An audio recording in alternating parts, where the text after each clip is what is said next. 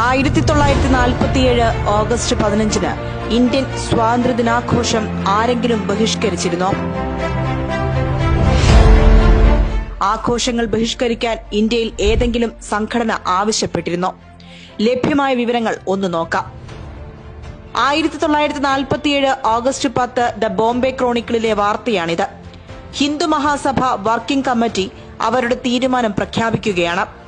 Boycott of August 15 celebrations, Hindu Mahasabha to hold protest meetings on Independence Day എന്നാണ് തലക്കെട്ട്. August 15 ആഘോഷം ഹിന്ദു മഹാസഭ ബഹിഷ്കരിക്കും. സ്വാതന്ത്ര്യദിനത്തിൽ പ്രതിഷേധ യോഗം സംഘടിപ്പിക്കുമെന്ന്. വാർത്തയുടെ ഉള്ളടക്കം ഇങ്ങനെ: അഖില ഭാരത ഹിന്ദു മഹാസഭയുടെ വർക്കിംഗ് കമ്മിറ്റി ഇന്ന് രാവിലെ ഇവിടെ 3 മണിക്കൂർ യോഗം ചേർന്നു. സമിതി കൈക്കൊണ്ട തീരുമാനം അനുസരിച്ച് ഹിന്ദു മഹാസഭ സ്വാതന്ത്ര്യദിനാഘോഷങ്ങളിൽ പങ്കെടുക്കുകയില്ല. പകരം രാജ്യത്തെ വിഭജിച്ചതിൽ പ്രതിഷേധിച്ച് പൊതുയോഗങ്ങൾ സംഘടിപ്പിക്കും. ഈ തീരുമാനം എടുത്ത യോഗത്തിൽ ഭാരതരത്നം നൽകി ആദരിക്കണമെന്ന് സംഘപരിവാർ ഇപ്പോൾ ആവശ്യപ്പെടുന്ന വിനായക് ദാമോദർ സവർക്കറായിരുന്നു അധ്യക്ഷൻ. ബ്രിട്ടീഷുകാർക്ക് 7 വട്ടം മാപ്പെഴുതിക്കൊടുത്ത് ആൻഡമാൻ ജയിലിൽ നിന്ന് മോചിതനായ അതേ സവർക്കർ. കമ്മ്യൂണിസ്റ്റ് പാർട്ടി നിലപാട് കൂടി നോക്കാം.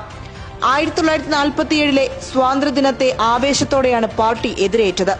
പാർട്ടി കേന്ദ്ര കമ്മിറ്റി ഇറക്കിയ പ്രസ്താവനയുടെ തലക്കെട്ട് നമുക്ക് മുന്നിലുള്ള കടമകൾ ഏറ്റെടുത്ത് മുന്നോട്ട്, ഇന്ത്യയിലെ ജനങ്ങളോട് കമ്മ്യൂണിസ്റ്റ് പാർട്ടിയുടെ അഭ്യർത്ഥന എന്നായിരുന്നു.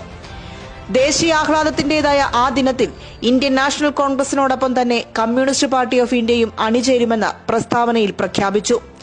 മുംബൈയിൽ പാർട്ടി ആസ്ഥാനത്ത് ദേശീയ പതാക പാറി. കേരളത്തിലും പരിപാടികൾ നടന്നു.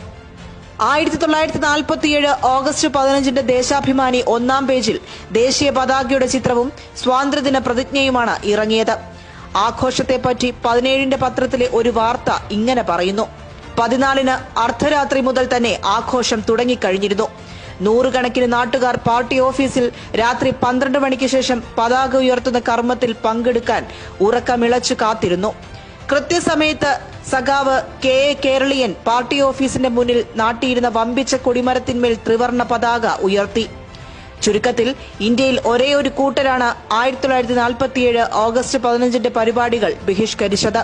അത് ഇന്നത്തെ സംഘപരിവാറിന്റെ മുൻമുറക്കാർ മാത്രം. പിന്നെ അവരെ കുറ്റം പറയുന്നതിൽ അർത്ഥമില്ല. അവർക്ക് ഒരു പങ്കുമില്ലാത്ത, അവർ ഒറ്റിക്കൊടുക്കാൻ മാത്രം ശ്രമിച്ചിട്ടുള്ള സമരം വിജയിച്ച് രാജ്യം സ്വാതന്ത്ര്യം നേടിയതിന് അവരെന്തു വേണം? ആരോ പൊരുതി ജയിച്ചതിന് അവർക്ക് എന്താഘോഷം?